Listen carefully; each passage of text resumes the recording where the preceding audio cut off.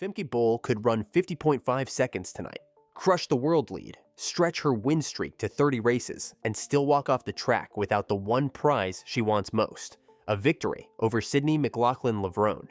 You cannot beat someone who refuses to step on the line, and right now, Sydney is nowhere near the hurdles. Look at the resumes. Bol is the reigning world champion, undefeated since early 2024, and author of a 51.95 lap in Monaco that left the rest of Europe counting meters behind her shadow. McLaughlin-Levrone owns the world record at 50.68 seconds, plus Olympic gold, and a 4-0 head-to-head record against Bol dating back to Tokyo 2021. They are two sides of a stopwatch, yet they have not shared a start line in 23 months. Why? This week's updated entry list for the US Championships supplies the first clue. Sydney has entered only the flat 400 meters in Eugene. No hurdles, no chance for Bol to test her rhythm against the record holder's 13-stride storm. Under World Athletics rules, that means Sydney must find another path to the World Championships if she wants to defend her hurdle supremacy. That alternate path is a single night in Zurich on the 29th of August. Win the Diamond League final over 10 barriers, and she receives a wild card straight into Tokyo. She can skip every summer meet in Europe, avoid humid stadium call rooms, dodge media questions about Bol's streak, and still drop into the global final with one clean lap.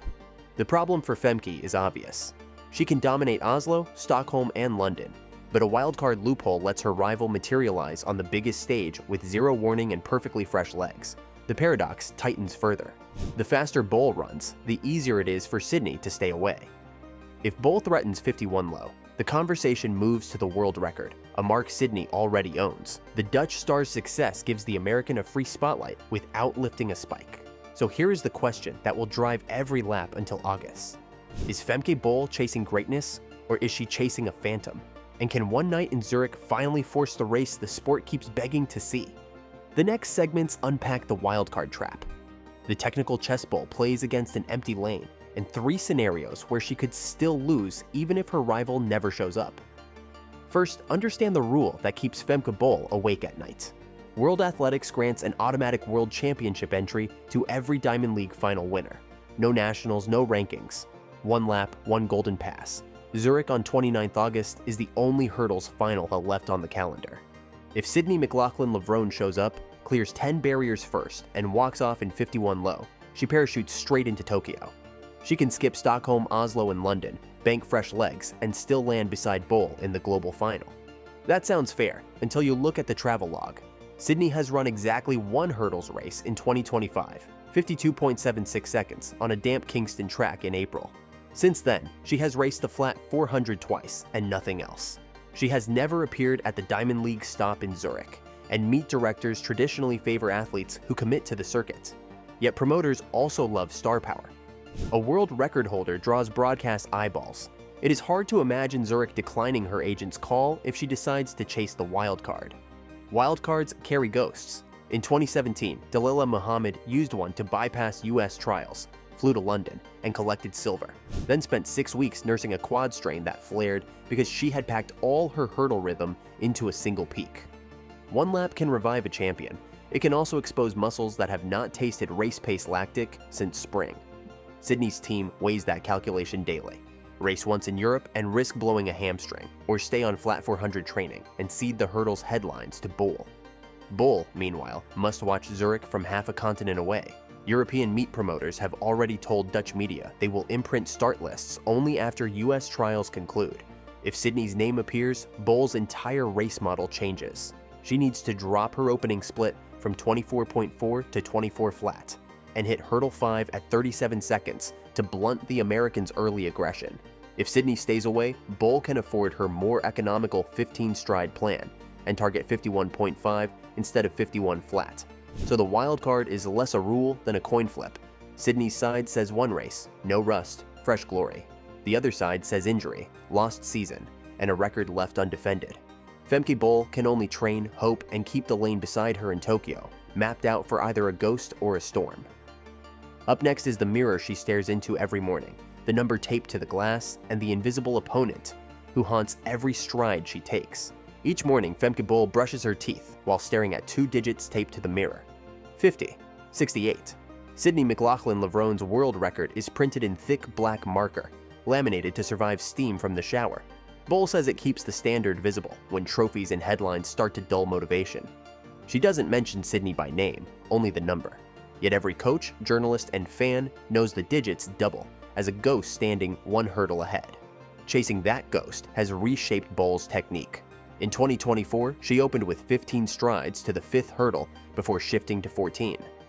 This season, she flips the equation, 14 strides through hurdle 7, then a calculated switch to 15 for the final 3. The tweak isn't cosmetic. It mirrors Sydney's record run in Eugene, where the American attacked early with relentless cadence and dared the lactic to catch her at the line. Bol's coach, Laurent Mebler, added power hill sprints in February, building the ankle stiffness required to hold 14 strides deeper into the lap. Video from Papendal shows Bol's left foot landing inside the hurdle marker by exactly the same 10-centimeter margin Sydney achieved in Eugene. Every takeoff mark is a breadcrumb on the path to that mirror number, but psychological math weighs heavier than stride counts. Bol has not lost a hurdles final since August 2023, yet every mixed zone question circles back to the absent rival. Nice win. Have you talked to Sydney? Great time, but does it matter if Sydney runs 51? The subtext lingers. Dominance without the queen is only pageantry. Edwin Moses lived that tension in the 80s when Harold Schmidt terrorized European tracks while Moses racked up an unbeaten streak stateside. Fans argued greatness across oceans until they finally lined up and erased the debate in 47 seconds. Bol's teammates sensed the burden. One Dutch Federation insider said she watches Sydney's Kingston clip weekly, studying hurdle clearance height, even though the race time, 52.76, sits well outside Bol's comfort zone. The analyst inside her wants every data point, even if the competitor never materializes. Yet the math can still bite. If Bol drops 51.4 in Tokyo and Sydney stays away, the record gap remains. Headlines will read, "World Champion, still second fastest ever." That lingering asterisk explains the relentless mirror ritual. Bol races the number, not the woman. The world still prefers the duel. In 90 seconds, we'll test 3 nightmare scenarios lurking behind that mirror: the wildcard ambush, the Tokyo heat trap, and the record gap narrative that can reduce a gold medal to a qualified victory. Stay locked in. Femke's toughest opponents might be humidity, paperwork, and a stopwatch that refuses to move. Picture October in Tokyo. Femke Bol clears the 10th hurdle and punches the air.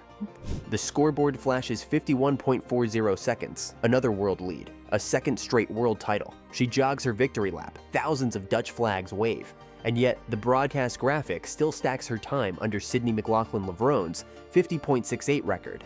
That is scenario 1, the record gap. Bol stands on the top step, but the ticker beneath her name reminds every viewer she is the second fastest woman in history. Commentators spend more airtime debating the missing world record than celebrating the gold medal she just earned. Scenario 2 sneaks in through the weather report. Tokyo's final is booked for mid-afternoon, forecast 87 degrees Fahrenheit. With humidity hovering near 70%, hot air thickens with invisible weight, stride cadence dips, lactate rises sooner, and perfect rhythm melts. Bol has never broken 52 in temperatures above 80. Jasmine Jones or Anna Cockrell, raised on southern US heat, could blast an all-out first 200, force Bol to chase early, and watch her legs lock at hurdle 9. The Dutch streak ends, the medal color downgrades, and social media calls it an upset, even though Sydney never appeared. Scenario 3 is the wildcard ambush, the nightmare that keeps mirror digits taped to bathroom glass. Sydney's name shows up on the Zurich start list 3 weeks after US Championships. One flawless lap later, she grabs the wild card and arrives in Tokyo with a single hurdle race on her legs all season. No rust, no fatigue, no data for Bol's coach to dissect. The gun fires, Sydney storms out in 13 strides, Bol holds 14. The gap at hurdle 7 is already half a second. 51 flat flashes on the clock. Bol's 51.6 takes silver, and the narrative reverts to 2022. Great athlete, greater shadow, record gap, heat trap, wildcard ambush. 3 ways you can lose without ever losing. Which one feels most real to you? Type record if you think the stopwatch still beats Bol, heat if Tokyo's sauna drags her down, or wildcard if you believe Sydney will swoop in for the last laugh. I'll pin the boldest, most accurate prediction after the medals are handed out. Until then, Bol keeps chasing the ghost, McLaughlin keeps the sport guessing, and 10 hurdles wait under a Tokyo sun to decide whose story becomes legend.